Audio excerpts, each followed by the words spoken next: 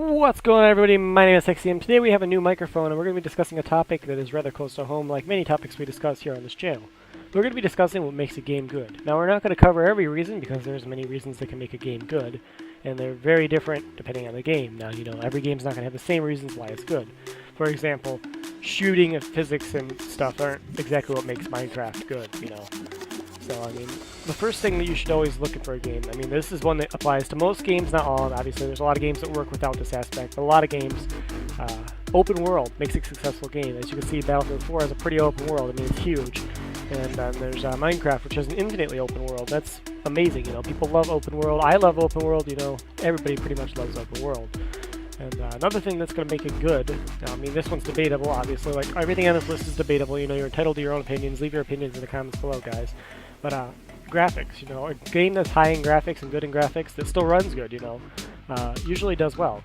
Minecraft, it has texture packs, but even on default, I still love playing it. So, it's entirely opinionated upon the game, but graphics tend to make for a better game. As in this example, Battlefield 4 has amazing graphics, especially here on my PS4, as captured this gameplay. It just looks beautiful and amazing, and I love it.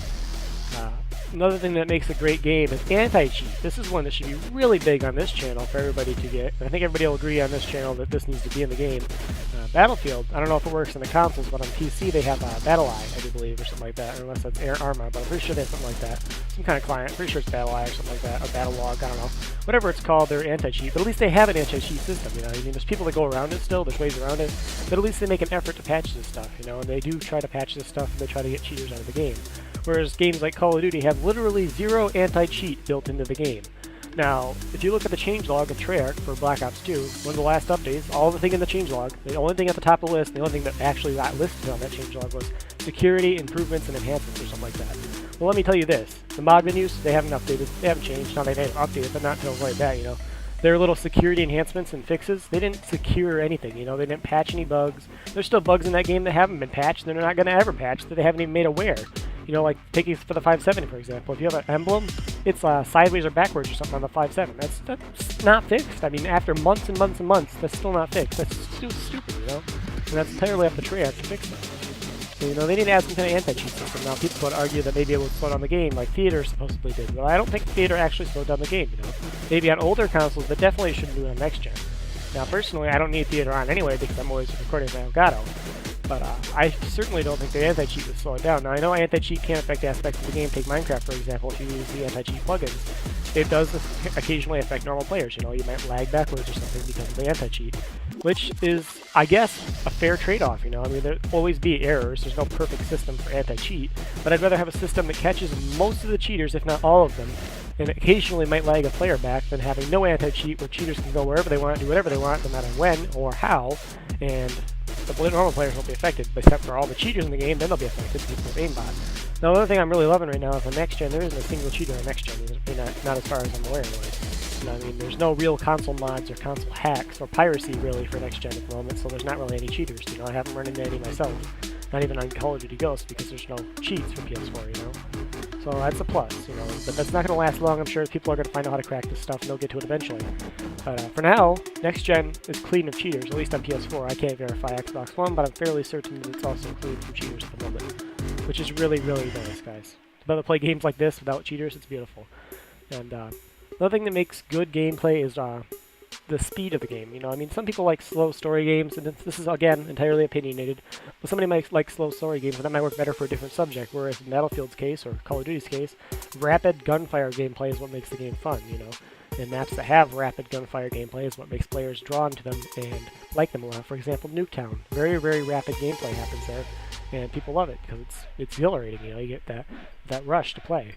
And whereas games like the Call of Duty Ghosts, the huge maps, I don't know what they're called because I don't ever play the game. Nobody plays Ghosts. Nobody likes Ghosts. But I played it before. I own it. And there's the one huge map. It's really dull. That's one thing in color. Nothing we have talked about. It's color vibrance in games. So if the game's not vibrant, people aren't going to like it. For example, in Battlefield here, it's pretty vibrant. You can see all the colors. And, like, the fire is beautiful red, Yeah.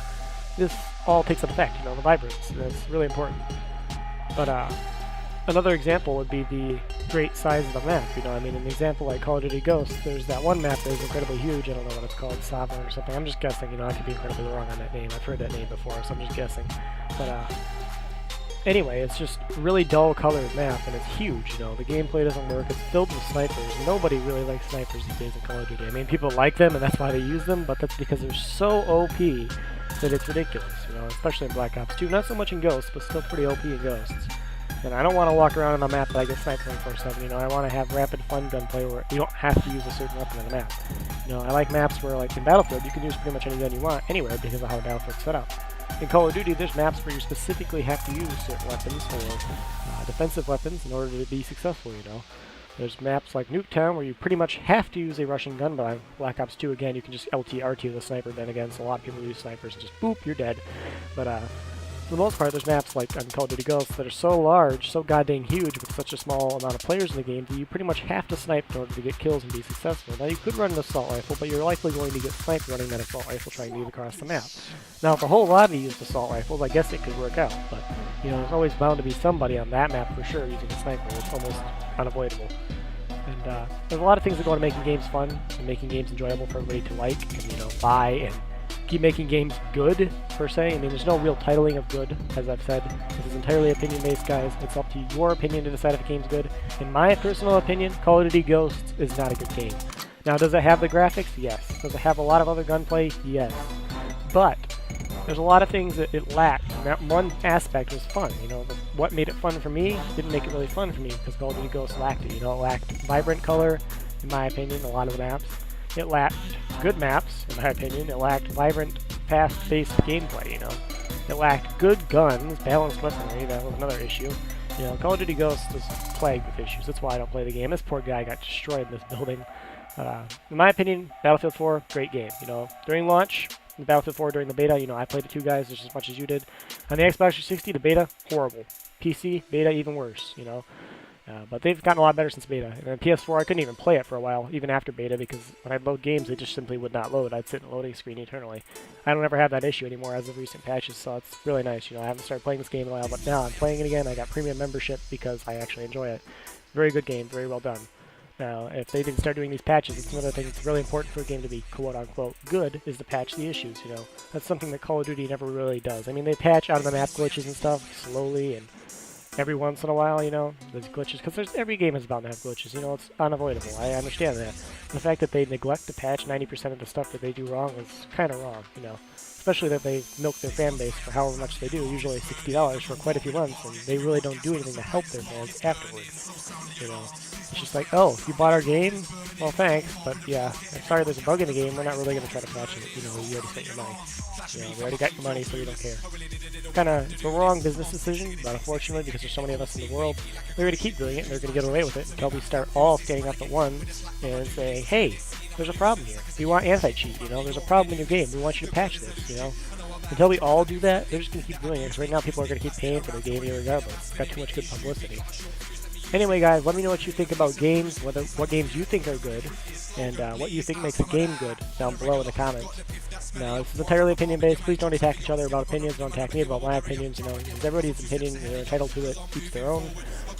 You know, so don't judge each other's opinions. It's fully open to everybody's own thoughts and what they want to do with their life, you know. So, I love you guys. Leave your comments below, and I'll see you in the next video.